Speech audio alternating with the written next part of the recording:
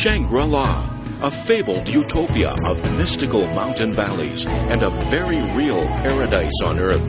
Join Travelogue on a whirlwind adventure as we search for this lost land. Along the way, we'll encounter breathtaking scenery, fascinating cultures, and treacherous mountain paths. From the hardships we endure to the euphoria we enjoy, Travelogue takes you to some of the most spectacular parts of China. Join us on our fantastic 5-part adventure, Discovering Shangri-La.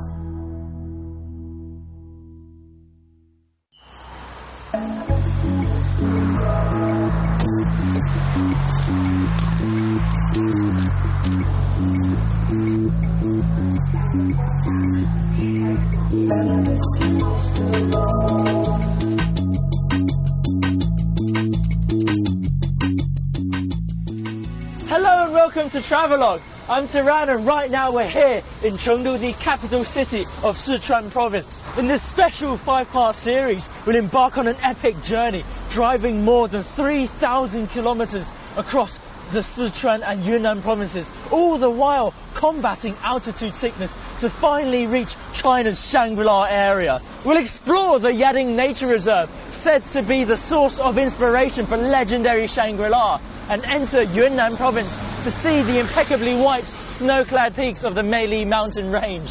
This trip won't be easy, but I absolutely can't wait to get started, so let's go! On this incredible adventure, we'll journey through the seasons, climbing over mountains high and valleys low. We'll encounter wind, sun, rain and snow as we make our way towards Shangri-La. But before all of that, our first destination is an interesting little Sichuanese town. So we've just arrived in Ya'an, which is around a 1.5-hour drive from Chengdu, and also the first stop on our journey. If you look around these kind of peaceful surroundings here, you might find that life in Ya'an flows just a little slower than in other places. People come here to sample fine teas, see giant pandas, and also visit the ancient towns close by. But whichever it is you decide to choose, always remember to bring an umbrella, because Ya'an's other name is the City of Rain. With a subtropical climate, Ya'an rains for almost 200 days a year. Don't let that put you off though, as the rain is said to have a rejuvenating effect, which is perhaps why Ya'an is famed for its beautiful women. However, Ya'an's not just known for its ladies. It's both a vital gateway into the Tibet Autonomous Region and was of great importance on the old Tian Horse Trail. But before I set off to explore Ya'an, I first need to make a quick pit stop at my very unique hotel. 哎，你好，你好，你好，好好，谢谢，谢谢。啊，这边走，好好，好好好，好好，谢谢，谢谢。Oh wow, this is really cool. All of these decorations, they're all made of tea. And you can't smell it, but there's a really nice scent of tea in the air. And this, oh wow, it's really, really fragrant here. And I can really imagine having sweet dreams in this room with the fragrance of tea in the air. The tea culture is so important to Ya'an, and whether you go out to eat, drink, or just sleep at night, it permeates through everything. For many Chinese, tea is so much more than just a drink. It's an entire lifestyle of its own, and you'll often find it used for decoration, as an ingredient in food, or even stuffed inside scented pillows that help you sleep. Tea has a rich history, and it's said that around 53 BC, the first tea plantation in the world was set up on Mengding Mountain here in Ya'an. And the best way to get a taste of that history is to sample Mengding's famous brew.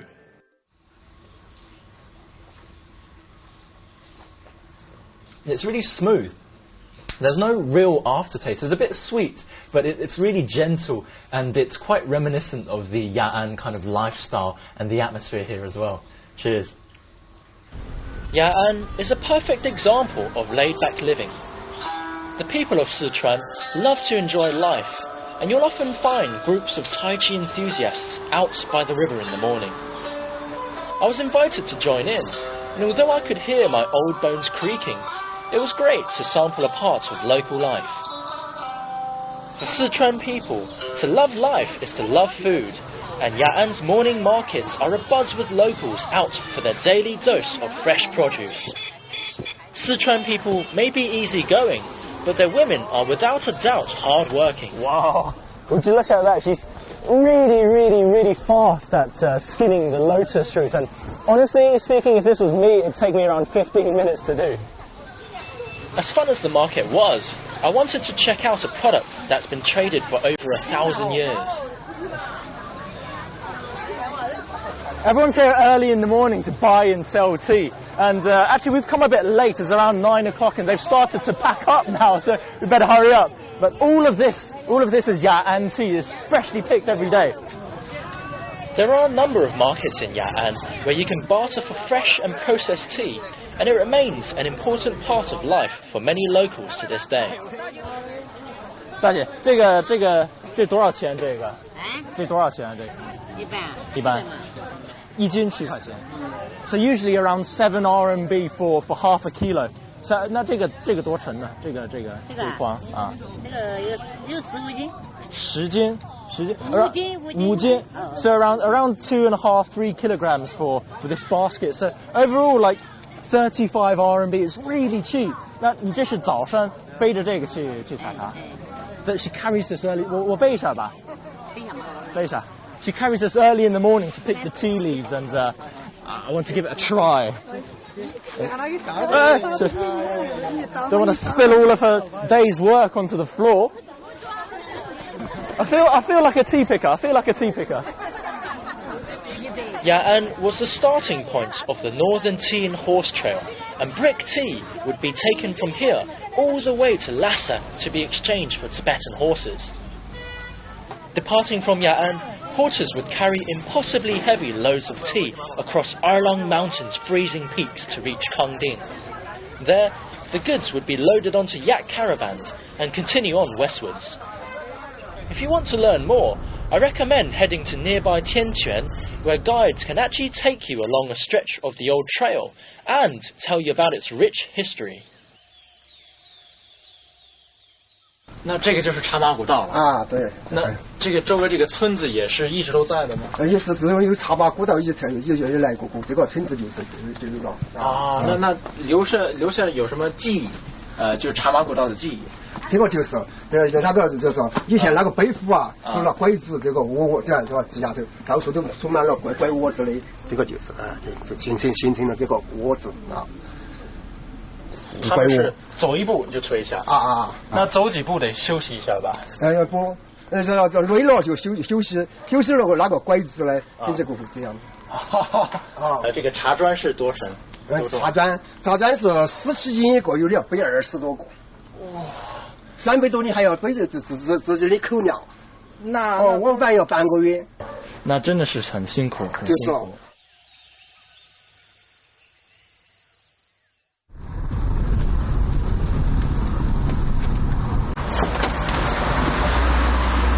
It's lunchtime and I'm bloody starving. They've got all of this food ready and prepared for us. And, oh, look at those big, huge pieces of meat. I'm going to have to go and get myself a bite to eat. You'll often find these kinds of restaurants by the roadside, and you shouldn't be afraid to try them out. In fact, many of the chefs here use recipes passed down through the generations, and so will only cook the most authentic dishes.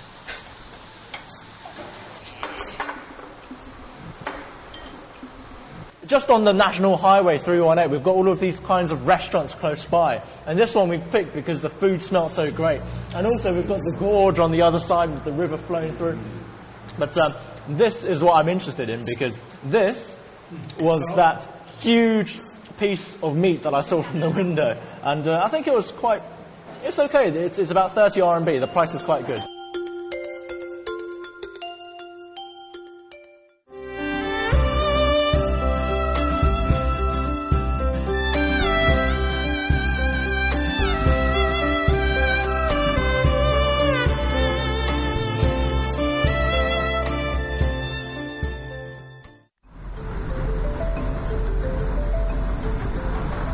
So We're on our way to Bifeng Gorge now, and it's only around 15-20 minutes or so outside of Ya'an town. And you can already see the mountains and the river flowing below us. But honestly speaking, the most important thing for me is to visit our little black and white friend, the giant panda, which I'm really looking forward to. Bifeng Gorge is a pretty big place, and you need at least a full day to get the most out of it. Although we drove here, you can just as easily catch a direct bus from Ya'an's tourist bus station. A ticket covering entry to the zoo, gorge and panda sanctuary will set you back around 200 RMB, and the reserve is open from 8 in the morning to 7 in the evening. So this is the proper entrance to the Bifeng Gorge, and as you can see, I need to take the stairway through the clouds. Let's go. The gorge itself is composed of two smaller gorges in a V-shaped pattern, with the left branch at 7 kilometers long and the right one slightly shorter at 6 kilometers.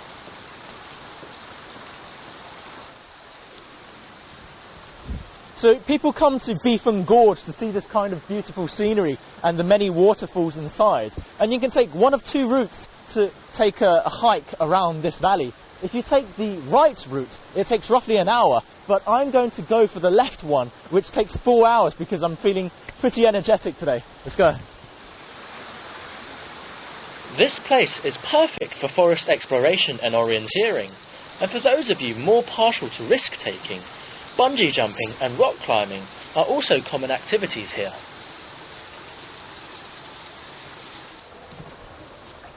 So for those of you who are quite tall, you might want to watch your head when you walk along this path. And it's also quite slippery below as well, so watch your step. Don't just marvel at this gorgeous scenery.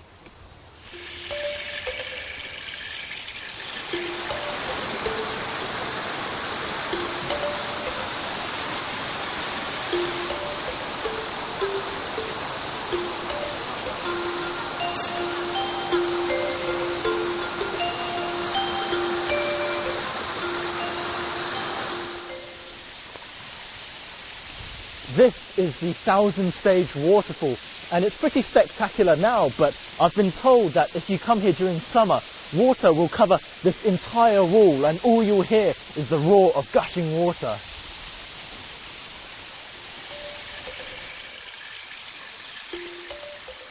It's pretty easy to guess how the 1,000-stage waterfall got its name, and there are a number of other cascades within the scenic area also worth visiting.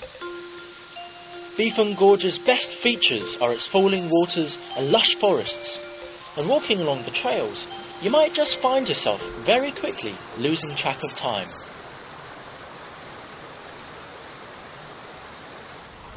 So I've got my camera at the ready. We're inside Bifeng Gorge, the nature reserve inside, and we're off to see the carnivorous animals. We've got this van here that have little holes for you to put food through. So hopefully this is going to protect us.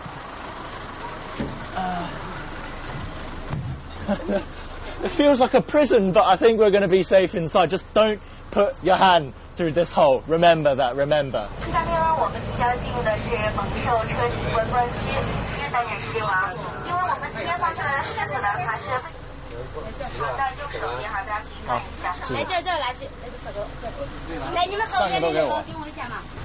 You know, we've not had lunch yet, so this is looking very tasty to me. Oh, no, we'll save it for the lions now.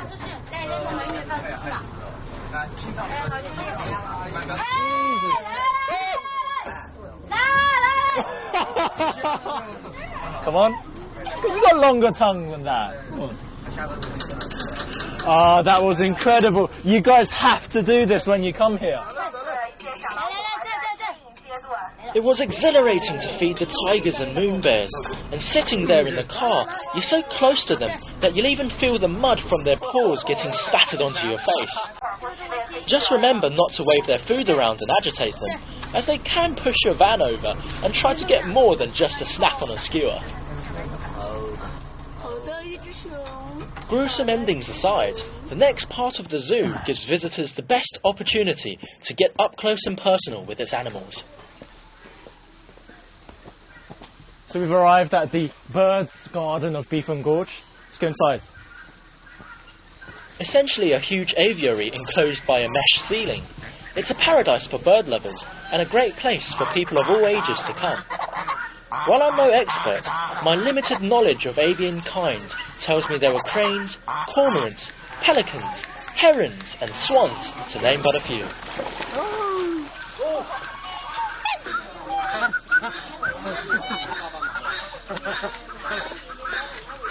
If you look at his eyes, he's got really clear black eyes and then this kind of red crest on top. It's really beautiful.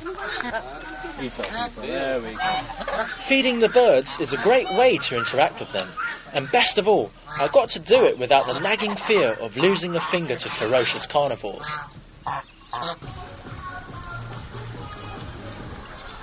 哎，你好，我买一个这个。好，好，谢谢。So this might look like it's for babies, but actually it's not. It's fish feed, and for around 5 RMB or so, you can feed it to them through this bottle, which, yeah, probably not for humans. It's a bit like feeding a baby, except slightly more vicious. I'm not a father, but it's giving me preparation for later in life.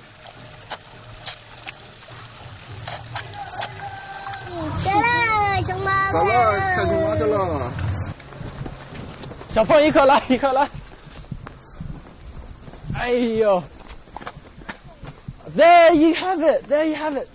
He's looking just like a panda, lazily walking about. Okay, maybe I did get a bit overexcited, but this is one of the best places to see pandas in China. Ya'an's climate and its abundant bamboo forests make for a perfect panda habitat. In fact, the giant panda was actually discovered in Ya'an almost 140 years ago by a French missionary named Armand David. With over 150 giant pandas, including those moved from Wolong, Beefon Gorge has one of the largest numbers of pandas in captivity in the world. There's even a research institute here to study breeding, and if you're lucky, you might just get to see newborn pandas.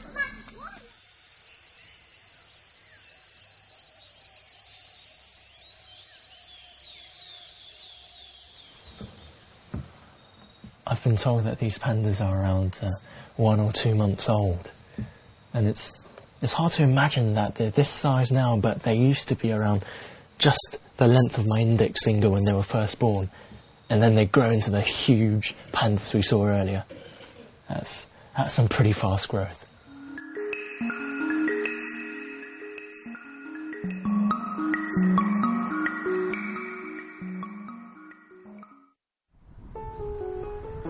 Having had a long and eventful day at Beefon Gorge, it was about time for us to finally head back into town.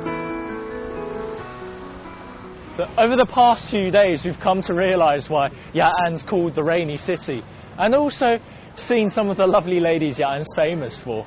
But there's one more thing we mustn't miss before we leave, and that's to try Ya'an's specialty dish. It's fish. Let's go eat. This particular kind of fish can only be found in the Zhougong River, a branch of the Qingyi River that flows through Ya'an. With its tender and delicate meat, this is Ya'an's signature dish, and mine is coming to me in the form of a fish stew.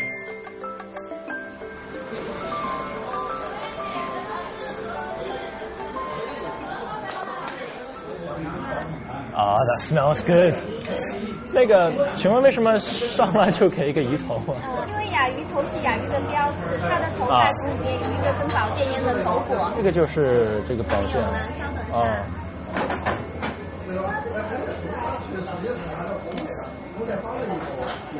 哦，哇哦！好，这就是从雅鱼头上取出来的宝剑。好。没有天然的，没有经过人打做的。哎，好，谢谢。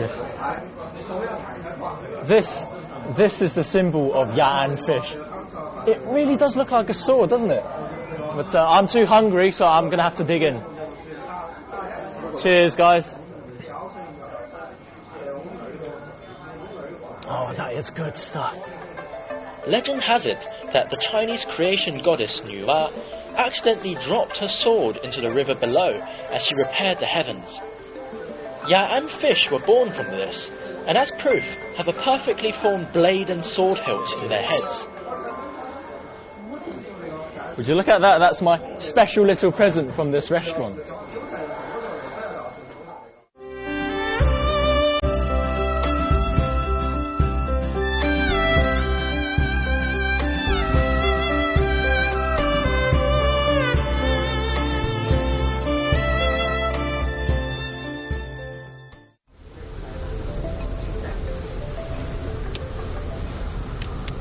So we've got the Ya'an rain pouring outside, and we're now on our way to Shangli Ancient Town, which is around a 40-minute drive from Ya'an and was an important hub on the old tea and horse trail.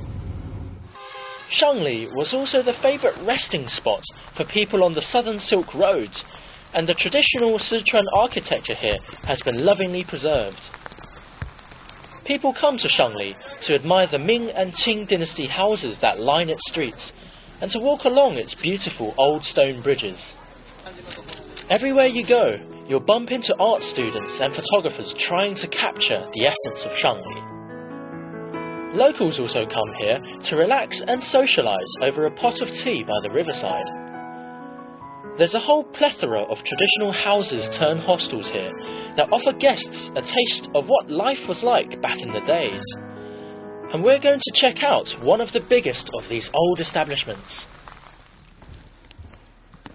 Shangli had 5 powerful families, and the Han family were the wealthiest.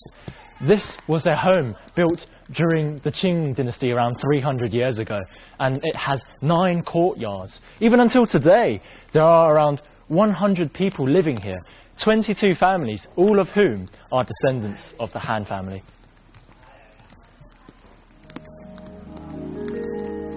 It's hard to imagine that this family has been here for so long, and the fact that they've managed to keep up this tradition of everyone living under the same roof.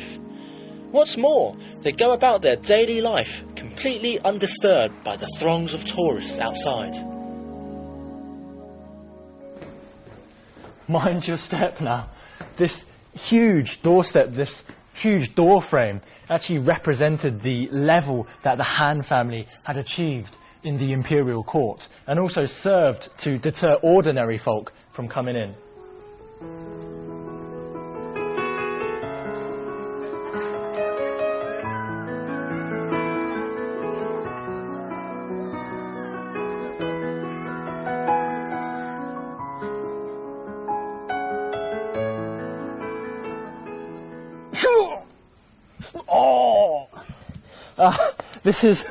This might just look like an average stone, but this used to be used as a weightlifting tool back in the days, and this is 90 kilograms, but they would lift it up and then turn it horizontal and use it to practice.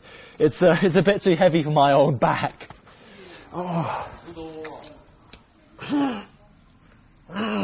This is more my level.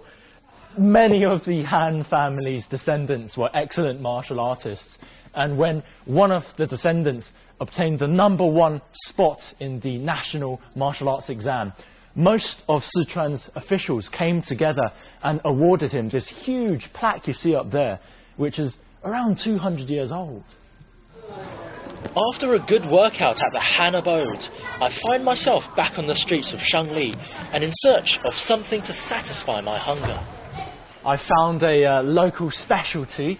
It's dry smoked ham, and it's hard to the touch and it looks a bit scary, but actually it's meant to be very nice. What they do is they put this above a charcoal fire and they smoke it for maybe, I think this one's probably 2 months or so, even up to a year. And what you can do is dice it and chop it into pieces and stir fry it. It's meant to be very nice, and giant pandas are meant to really like this as well.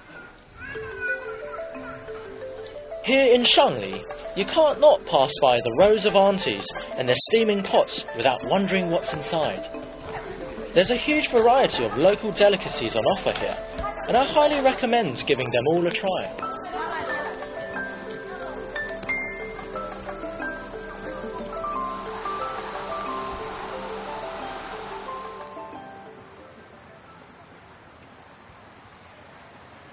Oh, this is beautiful. You've got this quaint little bridge with grasses draped over it and the misty mountains in the background.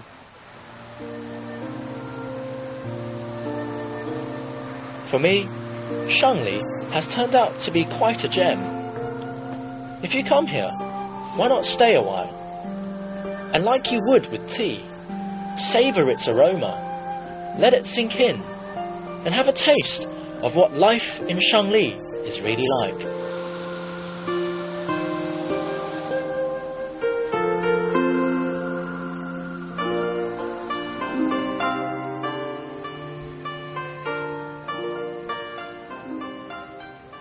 Perhaps it's the fresh air or the relaxed pace of life here in Ya'an, but I've only been here for a couple of days and I feel refreshed already. It really is a shame that we have to leave this place, because I would love to stay a bit longer and sample this Ya'an lifestyle. But we still have a very long way to go before we reach Shangri-La. I'm Turan, and I'll see you on the next episode of Travelogue.